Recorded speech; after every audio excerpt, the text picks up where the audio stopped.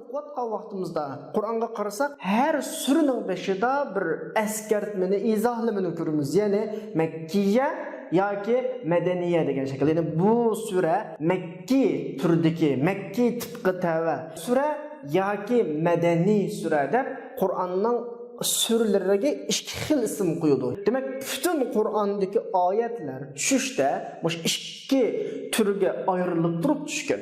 Endi bu yerdagi Makki, Madaniy degan atalg'udan qanday turib yerdagi jo'grafiyalik bir hukm maqsad emas. Ya'ni Makkada tushgan sura Makki, Madaniyda tushgan sura Madaniy u emas. Balki bu yerdagi Makki, Madaniy hukmi hijratni asos qilgan vaqt hukmini ifodalaydi. Ya'ni payg'ambar alayhissalatu vasallam Makkadan Madinaga hijrat qilishdan ilgari tushgan sura oyatlar hammasi Makki sura. Hijratdan keyin tushgan sura Madaniy sura. Nima uchun suralar bu xil ikki xilga ayrilib muomala qilinadi desa, chunki ikki vaqtning, ya'ni Makki vaqt bilan Madaniy vaqtning o'z oldiga bir xarakteri bor. O'z oldiga aminlashtirmoqchi bo'lgan bir nishoni bor. O'tirib qo'ymoqchi bo'lgan bir prinsip bor. Ijro qilinadigan, qilinmaydigan bir sharoitlar bor. Bu nuqtadan oyat suralarni tafsir qilgan vaqtida mushu xarakteri alohida ahamiyatga berilish kerak. Masalan, Makki suralarining xarakteri asosliq dinning asosiy taraflari, ya'ni iymon taraflari, aqida masalalari, undan keyin axloqiy masalalar, ya'ni shaxsiyat, ruhiyatga munosabatlik, ya'ni ichki programmaga munosabatlik masalalar, mushriklarning dinga bo'lgan pozitsiyasi, masalan, hatto qissalar tushgan bo'lsa-mu, din dushmanlarining dinga bo'lgan pozitsiyalari, dinning bular qaytaradigan raddiyalar qatorliq mushu taraflari tushgan bo'ladi. Ahkomlarga munosabatlik, ijtimoiy ijro qiladigan hukm, qonun, nizomlarga munosabatlik oyatlar asosan Makki suralarda tushmagan bo'ladi. Hamda Madaniy suralarda bu payg'ambar alayhisalom Madinaga kelib bo'lgandan, ya'ni hijratdan keyin Rasulullohning o'z oldiga bir jamiyat va o'zi boshqara oladigan bir jamiyat va bu jamiyatning intizomini saqlamasa bo'lmaydigan, shuni saqlash uchun bekitilgan qonun, nizom, had, hududlar va bir mezgil o'g'achqa bu vaqtida tushgan suralarning xarakteri, chunki bu vaqtida pishqan musulmonlarga xitob qiladi Qur'on. Pishqan musulmonlardan o'z jamiyatida ma'lum ishlarni qilishni talab qiladi. Tabiiyki bu vaqtdagi oyatlarningki bizga qo'ygan talab bilan Makki oyat yoki suralarningki qo'ygan talabi tubdan o'xshamaydi. Masalan, sizlarga bir aniq misoldan birini bersam, Nisa surasininki 15-oyatda "Vallati ya'tinal fahishata min nisaikum fastashhidu alayhinna arba'atan minkum fa in shahidu fa amsikuhunna fil buyut hatta yatawaffahunna al-maut aw yaj'alallahu lahunna sabila." Endi hammamiz bilamiz, ayol kishi nashayan ishlar bilan o'tirib chiqib qolsa, tutilib qolsa, buning jinoy jazosi o'ylik bo'lmaganda, ya'ni to'y qilmagan ahvol ostida 100 tayoq, to'y qilganda buning jazosi o'lganga qadar rajma qilish. Buni hammalar bilamiz. Ammo bu surada yomon ishlarni qilgan ayollar o'ylarga uslab qo'ydi. Uydan chiqarma, uni ching tut deyotdi. Endi bir tafsir qilaman deb o'tirib chiqqan kishi yoki tafsir qilaman degan kitob suraninki Makki, Madaniy xarakteriga qaramagan ahvol ostida ayollar nashayan ishlarni qilib qolgan vaqtidagi hukmi bu desa, bu nima degan bo'ldi? Ayollar shu nashayan ishlarga qarata Qur'onning hukmi bu deb o'tirib chiqsa, bu hukm Qur'onning hukmi bo'lgan bo'ladi. Buning qaratan nima deymiz?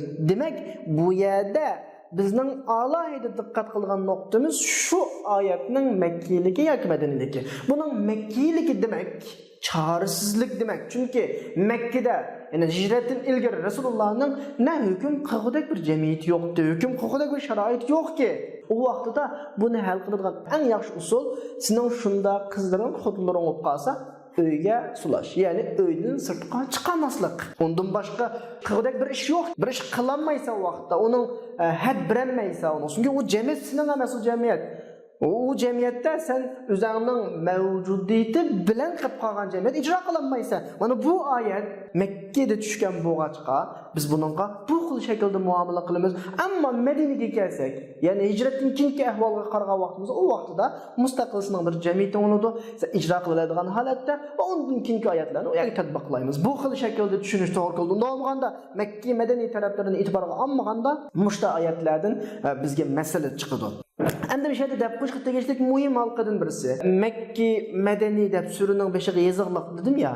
Masalan bir surining beshiga Makkiya ayatuha deb keyingi oyatning sonini yozadi yoki madaniya ayatuha deb keyingi sonini yozadi. Bir surini Makki deganlik uning butun oyatlarining hammasi Makki deganlik emas.